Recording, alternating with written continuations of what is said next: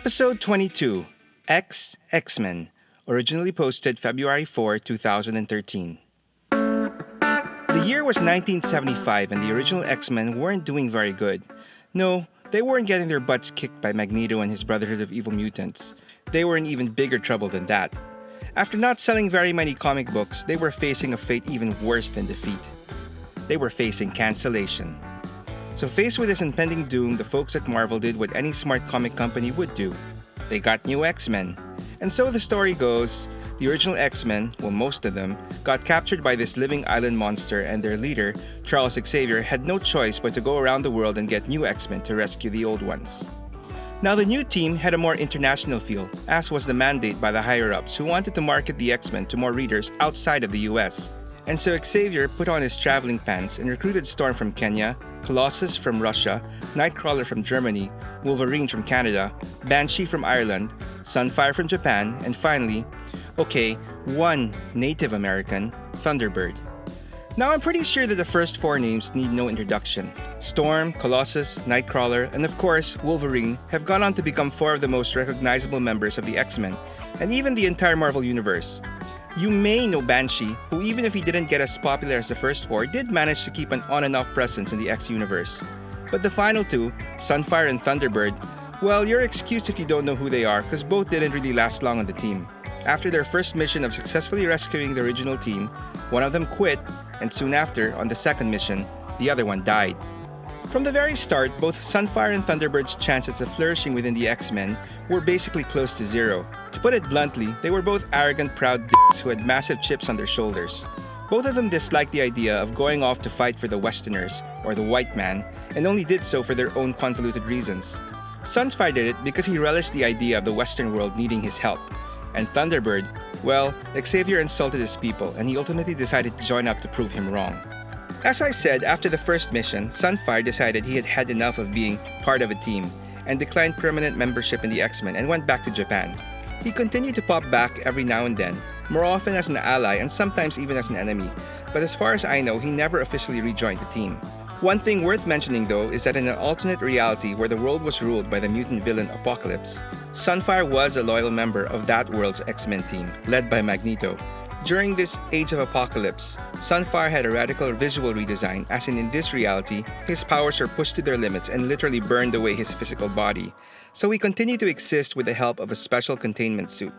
Anyway, Thunderbird unfortunately had a more tragic fate. In his brief stint as an X-Man, he continued to clash personality-wise with the rest of the team, especially their leader, Cyclops. He considered himself a loner who had to prove that he was better than everyone else. So in line with this, on the new team's second mission, as their enemy tried to escape aboard a jet, Thunderbird impulsively jumped onto the cockpit and began bashing the plane in midair, until it exploded. Unfortunately, Thunderbird's mutant powers had nothing to do with flight, invulnerability, or common sense. And so he died. And that was that. Anyway, to add insult to injury, his death was rather pointless, since first of all, Banshee was flying right alongside the plane and could have easily taken it down with his sonic scream. And secondly, the bad guy ultimately survived. Now I'm not exactly sure why the writers introduced the Sunfire character, only to have him leave almost immediately. But I did read that Thunderbird was killed off because his character and personality were deemed too similar to Wolverine, so one of them had to go. This just blows my mind to think that at one point in history, Wolverine could have actually been pointlessly killed off and been just a footnote in the Marvel X-Men history, and Hugh Jackman would have been discovered for playing Thunderbird in the X-Men movie. Boy, did Marvel make the right call there.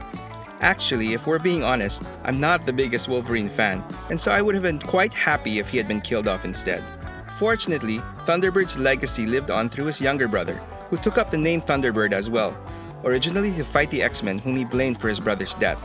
Luckily, he wasn't as stupid as his brother and he realized that his brother's death was his own doing. He eventually joined the X-Men adjacent team X-Force, took on a new name, Warpath, and unlike his brother, has been relatively successful in finding his own unique place in the team. Anyway, even if their time with the X-Men was short, this didn't stop Hasbro from immortalizing both of these guys in plastic, both in the smaller Marvel Universe line and years later in the 6-inch Marvel Legends.